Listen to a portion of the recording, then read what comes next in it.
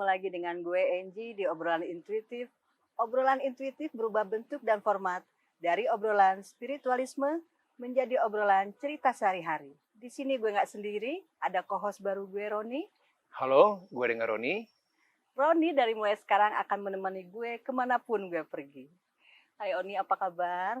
Kabar baik, Angie. Lu gimana kabarnya, Angie? Alhamdulillah baik. Baik, Angie ya? Iya, kaget ya pastinya pas gue telepon. Bukan kaget lagi, Angie. Nggak nyangka, Angie. Nggak nyangka? Ya, secara kita udah lama nggak pernah ketemu, Iya, kan, Angie? benar. Justru itu, makanya gue pengen banget ngobrol-ngobrol sama lu nih. Makanya gue telepon lu. Gimana, Angie? Gimana? Aktivitas lu pagi-pagi tadi sebelum kesini gimana? Aktivitas gue ya. Mm-mm. Yang penting gue mandi dulu, Angie. Biar Harus dong. wangi dan bersih. Kalau bau, pasti lu ngomel ke gue, Angie. Dan satu lagi, Angie. Apa?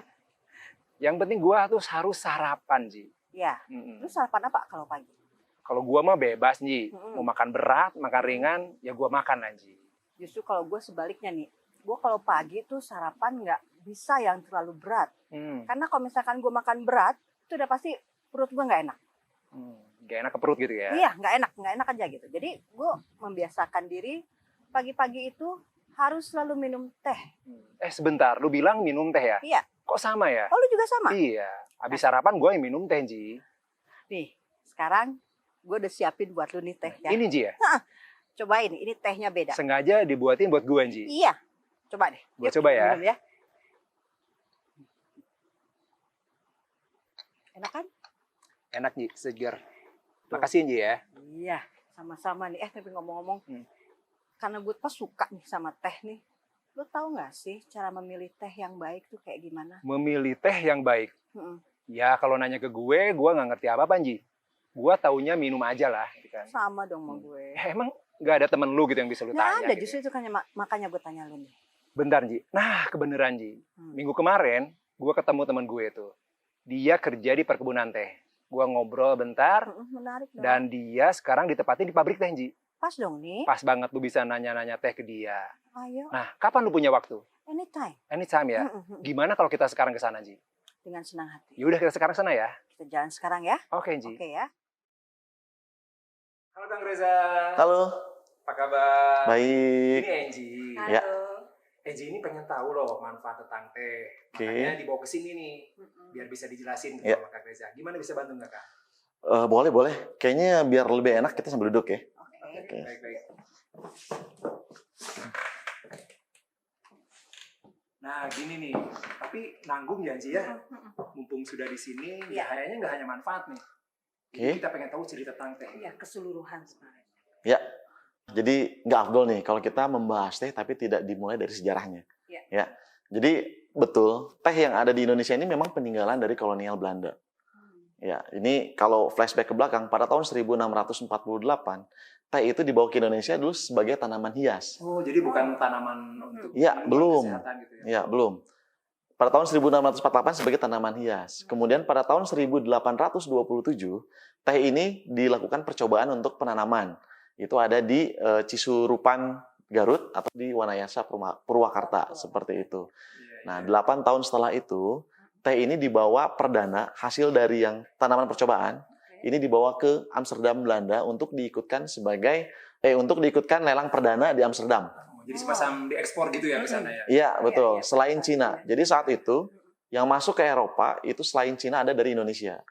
Nah, dimulai pada tahun 1835, bangsa Eropa sudah mulai mengenal nih, oh ternyata produk Indonesia, teh asli Indonesia ini enak banget. Seperti itu.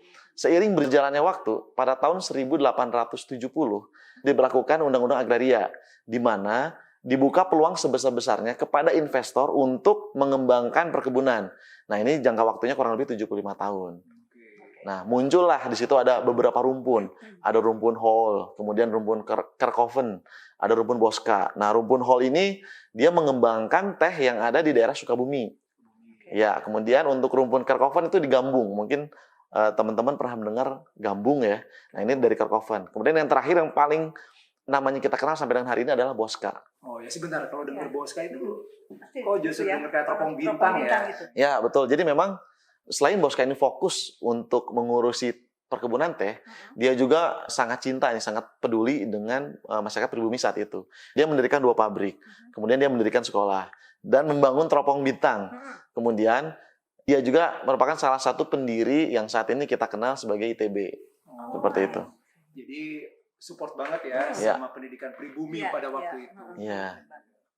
Hebat. Mungkin gitu Ji ya. Seru juga ya, kita baru tahu juga ya bahwa Bosca itu Ternyata ada kaitannya dengan teh. Oke. Oke. Nah, seiring berjalannya waktu lagi nih, tahun 1957 terjadi nasionalisasi.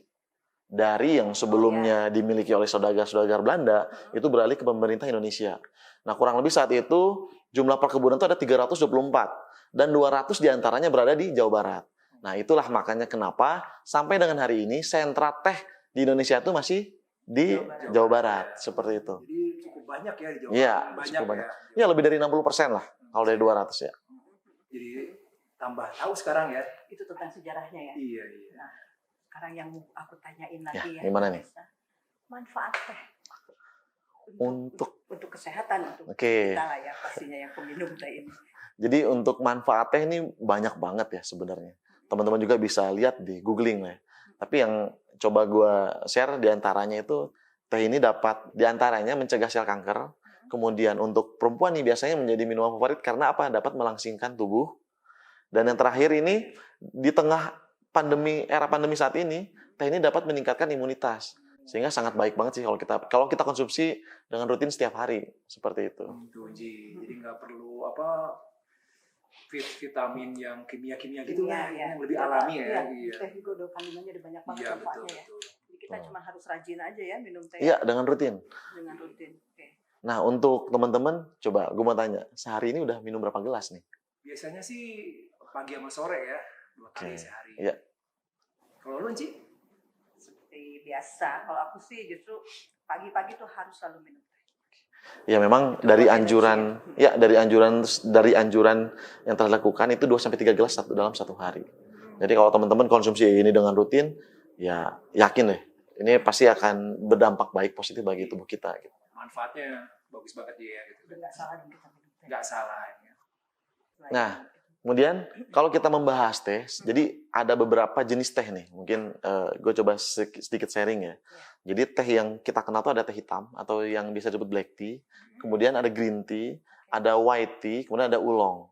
Tapi kalau oolong di Indonesia sendiri sebenarnya nggak begitu dikenal karena ini memang dari China seperti itu. Ya. Nah, untuk masing-masing teh ini sebenarnya mereka dari bahan baku yang sama, hanya proses saja yang membedakan jenis ini. Seperti itu. Nah, mengenai ini Kak Reza, saya pengen tahu tuh mengenai packaging. Oke. Ada berapa produk packaging yang Kang Reza bisa jelaskan ke saya? Oke, jadi sebelum ke packaging ini gue mau coba jelaskan nih. Jadi teh itu ada berbagai macam jenis. Ya. Ada tadi black tea, mungkin yang teman-teman udah pernah kenal. Black tea, green tea, ada white tea, kemudian ada oolong. Dari keempat jenis ini sebenarnya yang paling banyak dikonsumsi oleh masyarakat Indonesia adalah black tea, seperti itu. Untuk pengemasan sendiri ada 2 macam nih. Yang pertama ada teh celup, kemudian yang kedua ada teh seduh atau yang biasa dikenal sama orang teh tubruk seperti itu. Nah, ini masing-masing daerah di Indonesia ini punya punya ciri khas yang berbeda-beda gitu. Contoh untuk di Jawa Barat mereka lebih senang yang tehnya untuk dicelup, lebih instan, lebih cepat lah seperti itu. Lebih simpel. Nah, untuk di daerah Jawa Tengah, Jawa Timur, mungkin lebih banyak mereka mengkonsumsi teh tubruk atau teh seduh. Jadi Seperti setiap itu. daerah berbeda-beda. Iya, setiap daerah berbeda. Suasana mungkin ya. Betul. Oke. Nah, untuk mengeksplor lebih jauh mengenai sejarah, baik itu manfaat, sebenarnya sih sudah begitu banyak ya informasi saat ini ya. Bisa googling juga gitu. Atau buku-buku juga banyak mungkin tersedia di luar gitu kan, seperti itu. Oke. Gimana Ji? Selain baca buku, tadi googling, datang ke sini lu terjawab sudah nggak semua? Udah nggak Penasaran lu penasaran. tentang teh gitu kan? Udah nggak penasaran lagi. Gue semakin tahu informasinya tuh semakin wah gitu ya ternyata ya. Nah, nanti nih buat teman-teman, nanti gue ajak ke kebun deh. Kalau punya waktunya kapan, kita ke kebun, kita lihat proses pemetikannya. Kita lihat proses pengolahannya seperti apa. Biar nanti lebih cinta lagi terhadap Jadi teh. lebih tahu. Yes, betul. Aku sih dengan senang hati. Wah, senang hati. Terima kasih nih Kang Reza. Seru Oke. banget nih ya. Iya, Ya. seru. Jadi next time Mm-mm. kita ketemu lagi Kang Reza, Ya. kita jalan-jalan ke kebun teh. Halo semua, hari ini saya akan membuat teh celup yang baik dan benar. Air yang digunakan air TDS di bawah 50. Di antaranya air pegunungan atau air destilasi yang sudah banyak di pasaran. Berikut cara penyajian tehnya. Pertama, kita masukkan teh ke dalam gelas. Lalu, kita tuangkan air bersuhu 90 derajat Celcius.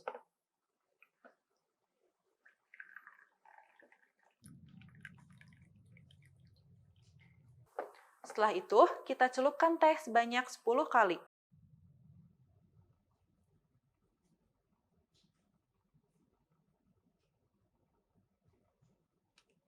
Dan teh siap untuk kita nikmati. Halo semua, kali ini saya akan membuat teh seduh yang baik dan benar. Air yang digunakan, air TDS di bawah 50. Di antaranya air pegunungan atau air destilasi yang sudah banyak di pasaran. Berikut cara pembuatannya. Pertama, kita masukkan teh sebanyak 2 gram atau 1 sendok makan.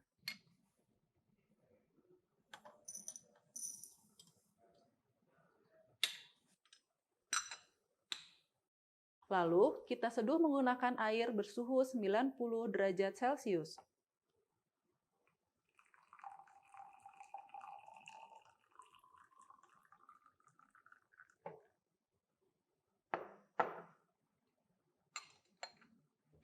Setelah itu, kita tuangkan teh ke dalam cangkir.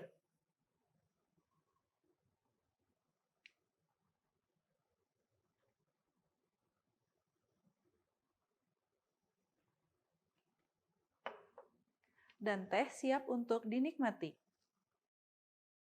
Oh, ini Gimana, Ji? seru banget hari ini ya. Seru dan gak nyesel kan dikenalin sama temen gue? Enggak, jelas enggak dong.